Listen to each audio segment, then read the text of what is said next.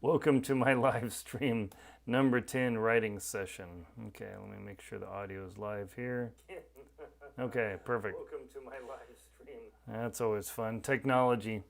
You know, it's funny. I'm an engineer and I'm a computational scientist, meaning I run supercomputers, but sometimes the technology just goes to heck. Just how it is. Number 10. Alrighty, good. I'm going to mute my computer so if I give it any text messages, that won't be a problem. Okie dokie. So this is chapter number 8. Moved along in the story. I've got my main character, Dana. She just met with a larger-than-life character, Olivia. Olivia is a billionaire investor, but also she's invested in Dana's conference that she's running, so that's a big deal. And right now, in the previous chapter, Olivia and Dana had their discussion, and Olivia is pretty much taken Dana under her wing, so that's actually kind of fun. I want Olivia to be an antagonist character, but a helpful antagonist character. Alrighty. Hi, Nancy. How are you doing? Hello, Nancy. All right. We'll see if any other stream followers show up. We'll see. That's fun. Oh, you know what? Let me paste this to Facebook. Facebook usually doesn't show my live streams because they want Facebook live streams, but one of the problems I found is that Facebook drops the video files after 30 days. That's no fun. So instead, I'm just going to put the YouTube link to the live stream, and if people show up, great. Alrighty, here we go. Live stream.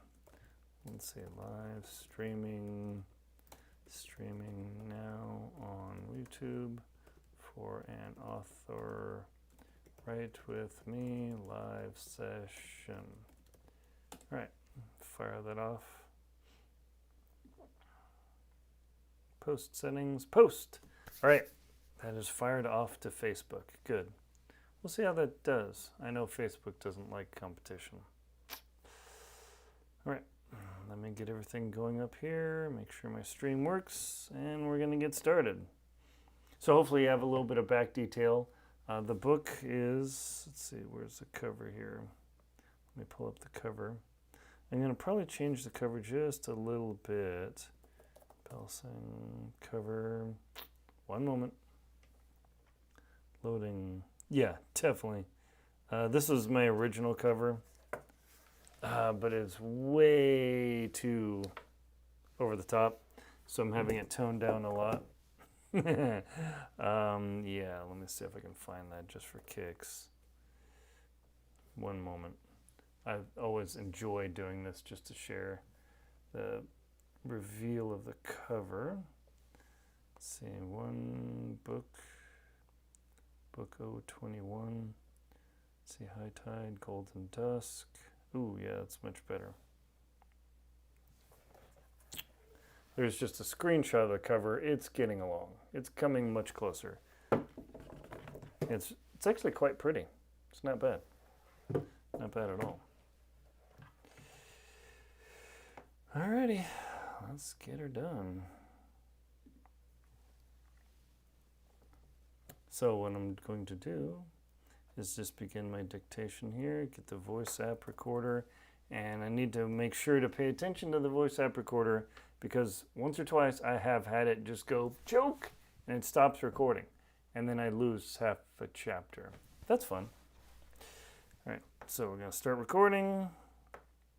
All right, and I'm going to kind of look at my iPad here so I've got my details so I can focus on that, so you're just going to watch me here dictating. Alrighty, and my notes. Golden Dusk, Chapter 8. And this is where we build the trust chapter, because you have to have that in romance. Okay.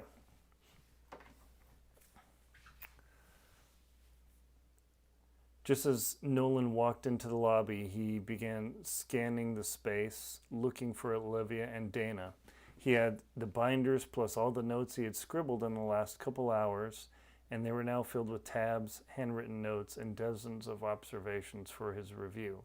As he scanned the lobby, he couldn't quite see the ladies because they were hidden behind a column, and then Dana leaned out and yelled, "Nolan, over here!" He perked up and turned around and saw Dana and began walking towards her. As he rounded one of the columns in the lobby, he saw Olivia, and she immediately recognized him, stood up, and called out, "Nolan, my darling, please come here." He walked right up to her, and instead of letting him set down the binders, she embraced him, holding all the books and binders awkwardly, and then kissed him on the cheek, and then stood back and held him with held him by the shoulders and said, "You look so handsome. It's so good to see you again." Nolan nodded awkwardly with all the books and said, "It's great to see you too again, Olivia. If you don't mind, I can set these down and we can have a proper hug." And she said, "Oh, forgive me." She stepped back and held her hand to her neck, saying, "Oh my gosh, I'm so excited to see you. I lost myself. Please, please set those down."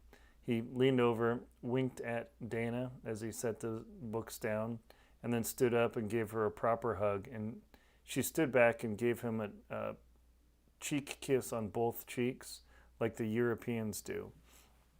As he stood back, he glanced over momentarily and saw Dana bristling. She looked up at the two standing there embracing as they stepped apart, and heat rose to her cheeks. She didn't know why she was all of a sudden bothered by Dana or by Nolan hugging Olivia. She was much older than both of them, and she was no threat. But then she thought, well, why is he a threat anyway, and why am I thinking about this? Olivia led Nolan back over to the chairs and pointed out the third chair for him to sit down and nestle in. She sat back and asked him, "Would you like a cup of coffee?" And he said, "You know what? I've had a couple cups of coffee. A Gatorade would be perfect." All the while, Dana is looking between the two, realizing that there was some history there. Olivia looked over her shoulder and called out to the concierge. Let's see, concierge's name is Henry. "Henry, if you don't mind." Henry immediately left the concierge desk and walked directly over to Olivia. "Yes, Miss Thornton, what would you like? Can you please get my good friend Nolan a Gatorade?" "Yes, ma'am, of course." He looked over at Nolan. "What flavor, sir?" "How about the good old green stuff, the classic?" The man nodded and disappeared immediately. All while this exchange was happening, Dana looked back and forth at Nolan, Olivia, and Henry and realized that she was completely out of her league. That she thought she'd had this conference under control, but in fact things were going on in the background she didn't even know about. Olivia sensed this, and Nolan saw this as well.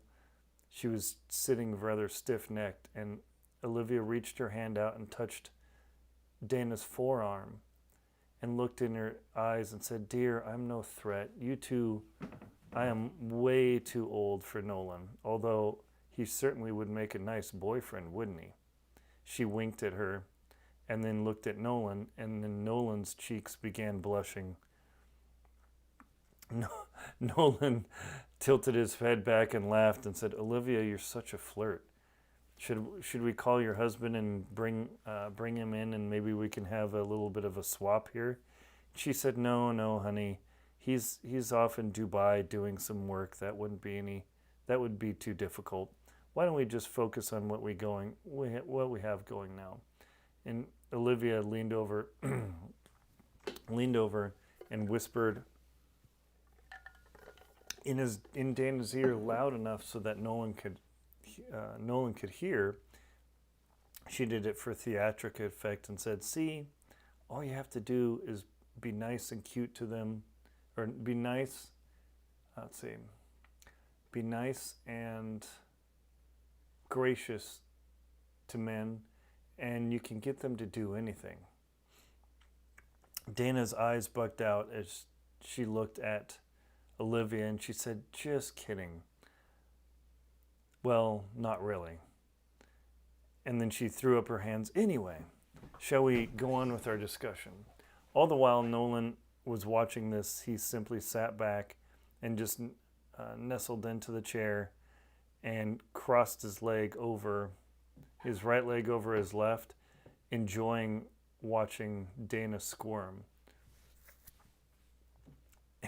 And poor Dana sat there, and she looked back and forth between the two, and she asked directly, "Do you two have some sort of history?" Dana, Nolan thought about it for a moment and then reached his hand out as though gesturing to Olivia and said, "Please, Olivia, if you don't mind explaining it." Olivia said, "Yes, of course. Nolan and I have worked on several documentaries very similar to this over the years, and they've worked very well. That's why your venture capitalists are demanding they have an excellent video. I wish Jacques could be here, but since that beautiful Frenchman isn't here, we've got the equally as handsome Nolan right here, and he'll do a good job. Won't you, dear?" He nodded and smiled and sat completely comfortably as though he owned the space, and said, "Absolutely. We're going to do the exact same quality job as we did for the last two events you've had in the last few years." At that, Dana's shoulders began to drop. Inside, she thought, well, if everything goes well, I'm going to be a very rich person, but I've got to get through this. And these two, I had no idea. Dana looked over at Nolan and asked, "How long have you really known each other?" Nolan shrugged and then winked and said, "Oh, we've had jobs going back easily 5 years." Dana's mouth dropped open, and Olivia said, "Honey, don't worry. Nolan's done documentaries for us. He's traveled around. I believe you were standing on a volcano yesterday or the day before, wasn't that?" Nolan smiled and said, "Yes, absolutely. And unfortunately, the filming got paused because the scientists had something else they had to pursue." Olivia sat there and tapped her finger to her chin, thinking for a moment. She said, "Oh yes, I did hear about that volcano exploding in Alaska. I think that's going to shoot oil prices up. I need to make an adjustment later. Thank you for reminding me." Nolan nodded and deferred to her, all while Dana looked between the two again and realized that that there's an investment idea here. And Olivia leaned over, "Honey, if you don't have any money in Chevron, this would be a great time to put it in." So she sat back as Henry brought over the Gatorade for Nolan. He thanked the man, who immediately disappeared and went back to his post. They began talking about the conference and all that it entailed and all the details of it. Dana was able to inject some information and provide answers as Olivia fired them off, but Nolan actually, she saw that Nolan actually took command of the conversation, because as she quickly learned, all the details of the conference were completely worked out, but how to communicate the vision and ethos of the company was really why Olivia was here. She finally broke down and asked, "Olivia, why are you actually here? We need you, of course, no offense, please, but I mean, this is just a conference." Olivia paused and looked at the younger woman and after a moment said, I'm getting up there in age. I've got my bank account. I've got everything I could possibly want.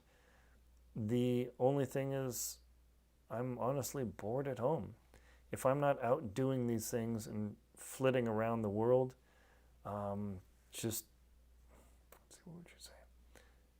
It's just not that exciting. So if I find something like this and take you and Lucy under the wings, maybe, just maybe, a woman will be able to rise up and become someone like me. But maybe not completely like me. She threw her head back and laughed heartily. Nolan sat there and allowed, or didn't interrupt Olivia at all, and Dana's eyes grew wide as she realized that she had a mentor that was completely unexpected. Once Olivia finished her laugh and then calmed herself down, Dana asked, so basically this is something to keep you entertained, but certainly you make money. And Olivia looked at her again and said, oh, honey, of course I'm going to make money. That's just a byproduct of what we're doing. But with Nolan's help and getting a great vision for this, it'll be so much easier to convince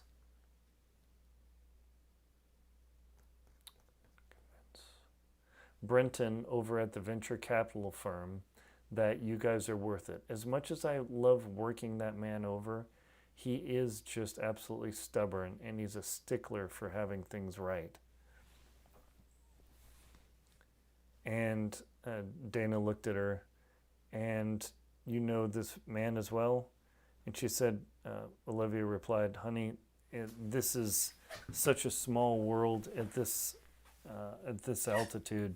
You'd be amazed. It's always like going into a family feud where the Hatfields and the McCoys duke it out every time I go to one of these events. It's always the same people. That's just how it is. Internally, Dana thought for a moment that she was out of her league, but then she realized she perhaps had scored the best connection and mentor ever. And then she glanced over at Nolan, who Olivia clearly adored. And the woman was not incompetent at all. She was worth a solid 10 figures. And at once she sat back in her seat and began relaxing as Nolan and Olivia began discussing other visions for how the documentary should go. As the two bantered back and forth, they spent a solid 15 minutes hashing out the details, occasionally asking Dana for some of the vendor information and whatever else that Olivia wasn't immediately aware of. I need to sit closer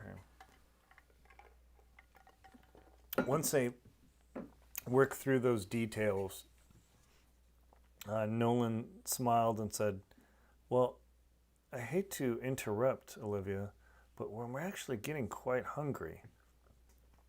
Dana and I had actually planned to go to lunch here, and then once you arrived, of course, we wanted to make sure that you were taken care of. Olivia looked it over at Dana, and she meekly nodded and patted her belly, or her tummy, and she said, yes, actually, I'm getting a little bit lightheaded. All at once, Olivia replied, oh dear, I've kept you far too long. Why don't you two go and grab a lunch at the Botero bar? I'm sure Kaleo will be able to set you up, and the nice servers will be able to get you anything you want. She leaned over and touched Dana's arm again and said, don't worry, everything will work out, but you really need to spend some time with this man. He's gorgeous, and who knows, right? She winked at Dana and then stood up. In a few moments, a porter appeared by her side as if conjured out of the thin air. And she said, Dana and Nolan, you two please head off for lunch. I'm going to head up to the room and refresh myself. It's been a long trip to get here, and we'll meet later in the day to work on more details. And with that, Dana and Nolan both stood up, shook the woman's hand, and they both, each time they shook hands, Olivia reached out and put both hands and clasped them around Dana's, making her feel like she was important and not dismissed. And Olivia looked in her eyes and said, "You're going to go far, young lady. You just have to work hard. It's a long road, and sometimes it's lonely." Then she stepped away, gave Nolan another hug, and kissed him on the cheek, and then stood back and said, "Tisk, tisk, tisk, if only 30 years before." With that, she stepped back, caught the eye of the porter. The man fell into place with their luggage, and they immediately walked towards the elevators. Dana and Nolan simply stood there watching the woman walk across the space, and in a moment the elevators whisked her away. At that, Dana's shoulders visibly dropped, and she breathed a sigh of relief. Oh my gosh.